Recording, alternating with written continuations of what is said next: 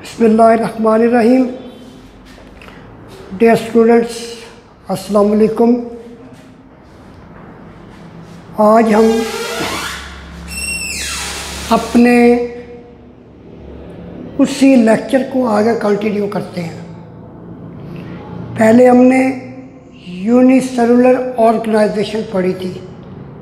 आज हम पढ़ेंगे colonial type of cellular organisation.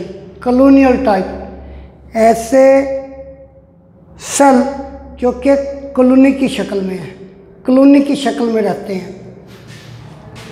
In colonial type of cellular organization many unicellular organism, यानी बहुत से यूनिसेलुलर ऑर्गेनिज्म एक कॉलोनी की शक्ल में रहते हैं। यानी फॉर एग्ज़ाम्पल ये मैंने कुछ यूनिसेलुलर ऑर्गेनिज्म बनाए हैं। अब ये यूनिसेलुलर ऑर्गेनिज्म कॉलोनी की शक्ल में रहेंगे, कॉलोनी बनाकर।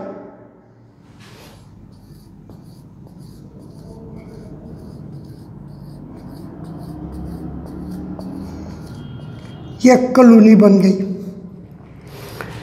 जैसे इंसान की आबादी होती है, शहर होते हैं, शहरों में कॉलोनियाँ होती हैं। तो कॉलोनी में क्या होता है, लोग इकट्ठे रहते हैं। इस तरह से यूनिसेलुलर ऑर्गेनिज्म भी कॉलोनी की शक्ल में रहते हैं। They make a colony, colony की शक्ल में। कुछ जगह पर काफ़ी सारे यूनिसेलुलर ऑर्गेनिज्म इकट्ठे हो जाते हैं। ये जो इकट्ठे हो जाते हैं इसको कॉलोनी कहा जाता है। Many unicellular organism live together but do not have any division of labour among them. लेकिन इनके दरमियान डिवीजन ऑफ लेबर नहीं होती। डिवीजन ऑफ लेबर से मुराद है डिवीजन ऑफ लेबर।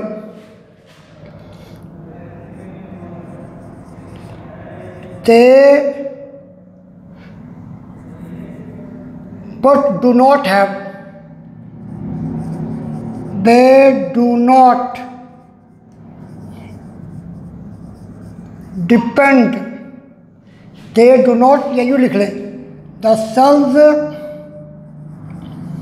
या unicellular in a colony, colony unicellular organisms do not depend upon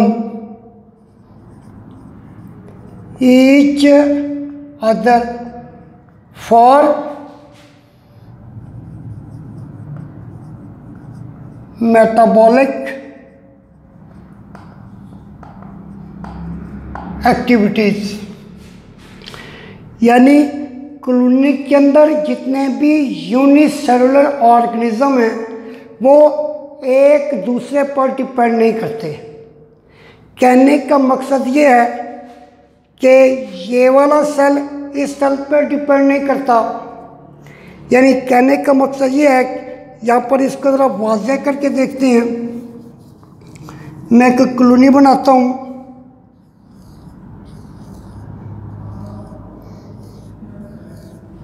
ये मैंने 4 सेल की कॉलोनी बनाई है। 1 2 3 4 और ये 5 सेल्स हैं। यानी 5 यूनिसेलुलर ऑर्गेनिज्म है।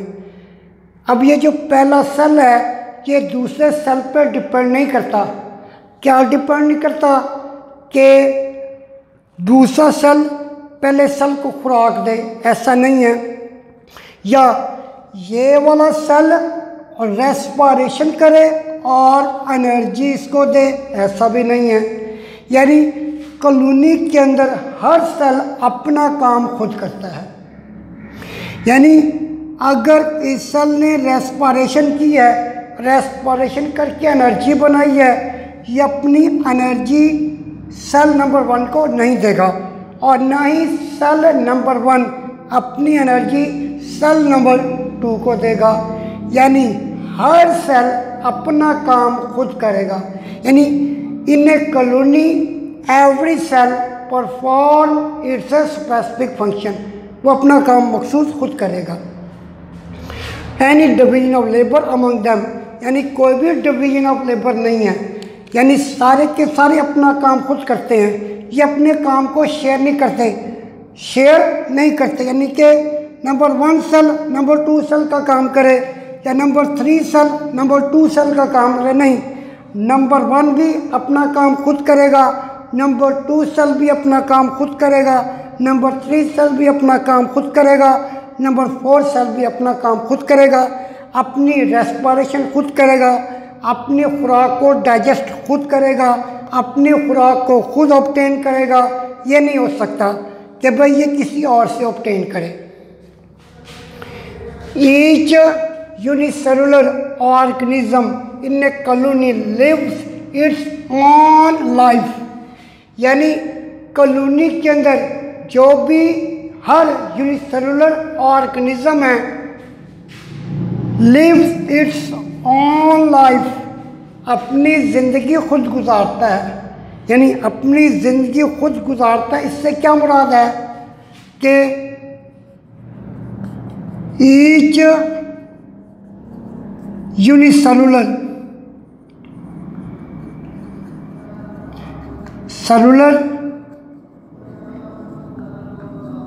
ऑर्गेनिज्म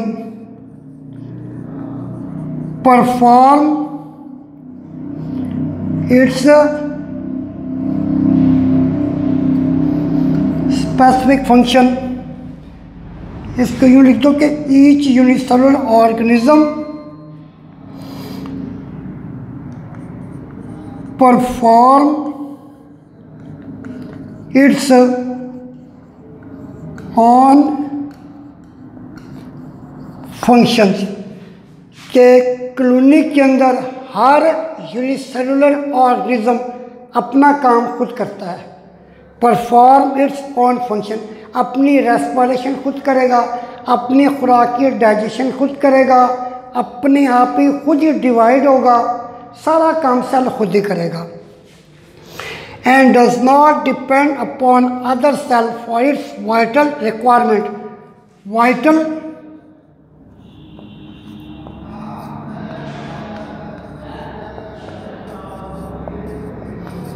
जिंदगी के लिए ज़रूरी और दूसरे सेल पे बिल्कुल डिपेंड नहीं करेगा। किसके लिए? फॉर इट्स वाइटल रिक्वायरमेंट, यानी कॉलोनी के अंदर जो भी सेल है वो सेल अपना काम खुद करेगा, दूसरे सेल पे डिपेंड नहीं करता। किस लिए डिपेंड नहीं करता? क्यों डिपेंड नहीं करता? क्योंकि वो अपना काम खुद करता है।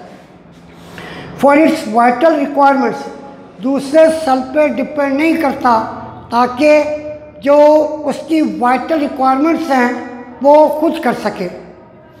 वाइटल रिक्वायरमेंट्स क्या होता है कि ऐसे प्रोसेस जो कि लिविंग ऑर्गेनिज्म के लिए बहुत ज़रूरी हैं, अगर इनमें से एक प्रोसेस भी ना हो तो अल्टीमेटली उस लिविंग ऑर्गेनिज्म की डेथ हो जाएगी। वाइटल, जिंदगी के लिए ज़रूरी। And does not depend on other cell for its vital requirement, दूसरे सेल पर डिपेंड नहीं करता अपनी वाइटल रिक्वायरमेंट्स के लिए। वाइटल रिक्वायरमेंट्स वो अपनी खुद कर रहा है। वाइटल रिक्वायरमेंट्स क्या हैं? वो प्रोसेस जो कि सेल की अपनी ज़िंदगी के लिए ज़रूरी हैं, सेल के अपने सर्वाइवल के लिए ज़रूरी हैं, जैसे रेस्पिरेशन है, डाइजेशन है, एक्सक्रीशन है, वेस्ट मटेरियल को बाहर निकालना है। एग्जाम्पल है Volvox is the green alga found in water. Volvox क्या है? एक ग्रीन एल्गा है दैट शोज कॉलोनियल ऑर्गेनाइजेशन, इसमें कॉलोनियल ऑर्गेनाइजेशन है। अब वॉलवॉक्स के अंदर 100 ऑफ सेल्स होते हैं, 100 ऑफ सेल्स मिलकर एक कॉलोनी बनाते हैं, उस कॉलोनी को क्या कहते हैं? वॉलवॉक्स कहते हैं। अब है multi cellular organization. Multi cellular organization, एक से ज़्यादा cells are organized in the form of tissue. Multi cellular organization के अंदर सिमिलर सेल्स मिलकर टिश्यू बनाते हैं और फिर टिश्यू, डिफरेंट टिश्यू मिलके ऑर्गन बनाते हैं और डिफरेंट ऑर्गन मिलके ऑर्गन सिस्टम्स बनाते हैं, ऑर्गन सिस्टम्स बनाते हैं। फ्रॉग एंड मस्टर्ड प्लांट इसकी एग्जांपल है हमारे पास मल्टी सेलुलर ऑर्गेनाइजेशन की। मस्टर्ड प्लांट सरसों का पौधा,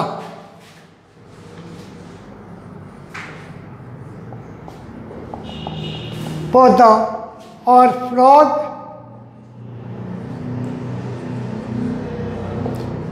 मेंढक। मस्टर्ड प्लांट साइंटिफिक नेम क्या है? Brassica campestris is sown in winter. इससे सर्दियों में उगाया जाता है और बिल्कुल सर्दियों के आखिर में जब सर्दियां ख़त्म हो रही होती हैं तो ये बीज बनाता है। The plant body is use as vegetable. पौधे की जो बॉडी है उसे हम सब्ज़ी के तौर पर इस्तेमाल करते हैं, जिसे साग कहते हैं, साग खाते हैं हम लोग। And its seeds are use for extracting oil.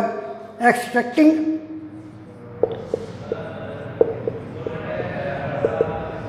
और इसके जो बीज हैं इनसे हम लोग तेल निकालते हैं। The organs of the body can be divided into 2 groups on the basis of their function. सरसों का जो पौधा है, इस पौधे को डिवाइड किया गया 2 हिस्सों में। काम के लिहाज से प्लांट बॉडी को डिवाइड किया गया 2 पार्ट्स में।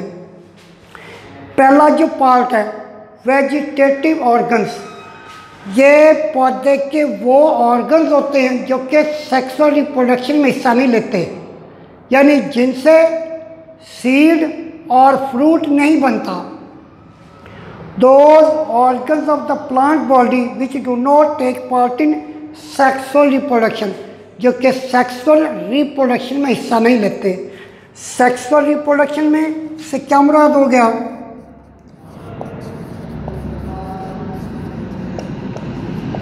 Formation of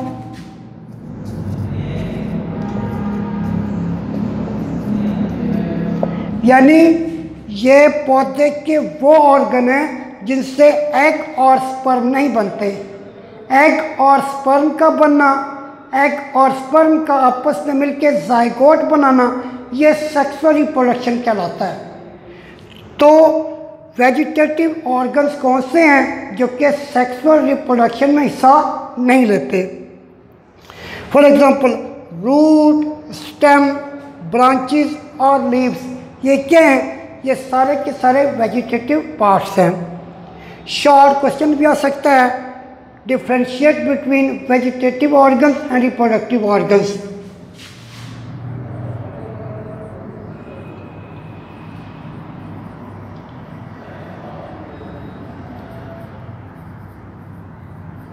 between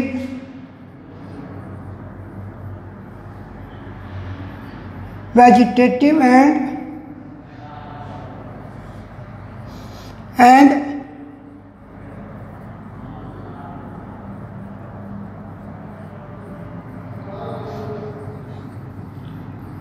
differentiate between vegetative and reproductive organs. Vegetative और रिप्रोडक्टिव ऑर्गन्स में क्या डिफरेंस है? अब रिप्रोडक्टिव ऑर्गन्स पौधे के अंदर या ब्रासिका कैम्पेस्ट्रस के अंदर जो सेक्सुअल रिप्रोडक्शन होती है वो फ्लावर के ज़रिए होती है, फूल के ज़रिए होती है। यानी फूल क्या करता है? फूल ही एग बनाता है, फूल ही स्पर्म बनाता है। Flowers are the reproductive parts of the plant. Flower क्या है? पौधे का रिप्रोडक्टिव पार्ट है जहाँ पर एग और स्पर्म बनेगा या एग और पोलन ग्रेन बनेंगे। Because they take part in sexual reproduction, क्योंकि फूल क्या करता है? ये सेक्सुअल रिप्रोडक्शन में हिस्सा लेता है। यानी कि फूल में क्या बनते हैं, एग और पोलन ग्रेन्स बनते हैं। एग और पोलन ग्रेन के मिलने से जाइगोट बनता है। जाइगोट के ऊपर फिर जाइगोट डिवाइड होता है और फिर एम्ब्रियो बनता है। एम्ब्रियो के बाद फिर कवरिंग आ जाती है जिसे हम क्या कहते हैं, सीड कहते हैं। उस सीड से फिर नया पौधा ग्रो करता है।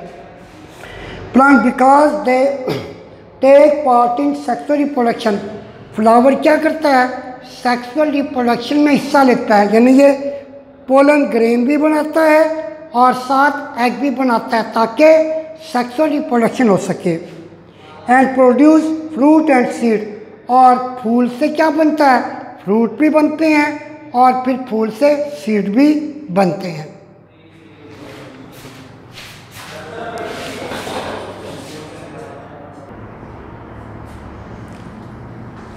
हमारे पास अगली जो एग्जांपल है मल्टी सेलुलर ऑर्गेनाइजेशन की, वो है फ्रॉग। साइंटिफिक नेम है Rana tigrina. Shows the multi cellular organization, यानी फ्रॉग में भी मल्टी सेलुलर ऑर्गेनाइजेशन है। अब जो फ्रॉग की बॉडी है basically is made of organ system, organ system से बनी हुई है, ऑर्गन सिस्टम से, और हर ऑर्गन सिस्टम बना हुआ है मुतल्लिका ऑर्गन से। यानी the body is made of organ system, जो बॉडी है वो ऑर्गन सिस्टम्स की बनी हुई है। And each organ system consist of related organs, और हर ऑर्गन सिस्टम के अंदर ऑर्गन्स हैं। ऑर्गन्स वो हैं जिनका मकसद एक है, यानी ऑर्गन्स वो हैं, रिलेटेड ऑर्गन्स हैं जिनका मकसद सिर्फ एक है। All the organs are made of specific tissue, हर ऑल ऑर्गन्स, जितने भी ऑर्गन्स हैं ये ख़ास किस्म के टिश्यू से बने होते हैं। एपिथेलियल टिश्यू जो फ्रॉग के अंदर है, epithelial tissue covers the outside of the body, यानी बॉडी के जो बाहर वाली सरफेस है वो एपिथेलियल टिश्यू से बनी हुई है। और जो बॉडी के इंटरनल ऑर्गन हैं जैसे स्टमक है, इंटेस्टाइन वगैरह हैं, उनकी जो दीवारें हैं वो भी एपिथेलियल टिश्यू से बनी हुई हैं। ग्लैंडुलर टिश्यू वो होते हैं जो कि हार्मोन या एंजाइम सेक्रीट करते हैं। और मस्कुलर टिश्यू वो टिश्यू जो कि मसल्स के साथ, यानी जो कि बोन्स के साथ अटैच हैं, play role in the movement of body, इनका रोल क्या है, ये बॉडी की मूवमेंट करवाते हैं। नर्वस टिश्यू वो टिश्यू जो कि नर्वस सिस्टम बनाते हैं ताकि आपस में कोऑर्डिनेशन हो सके, डिफरेंट ऑर्गन सिस्टम्स का आपस में राब्ता हो सके, क्योंकि सारे के सारे ऑर्गन सिस्टम्स क्या करते हैं, आपस में कोऑर्डिनेटेड होते हैं, आपस में मिलकर काम करते हैं। मुझे उम्मीद है कि आज का लेक्चर आपको समझ आ गया होगा। इस तरीके से आज का चैप्टर ख़त्म हो गया, ये वाला चैप्टर ख़त्म हो गया। इंशाल्लाह ताला नेक्स्ट चैप्टर में मुलाकात होगी। अल्लाह हाफिज़।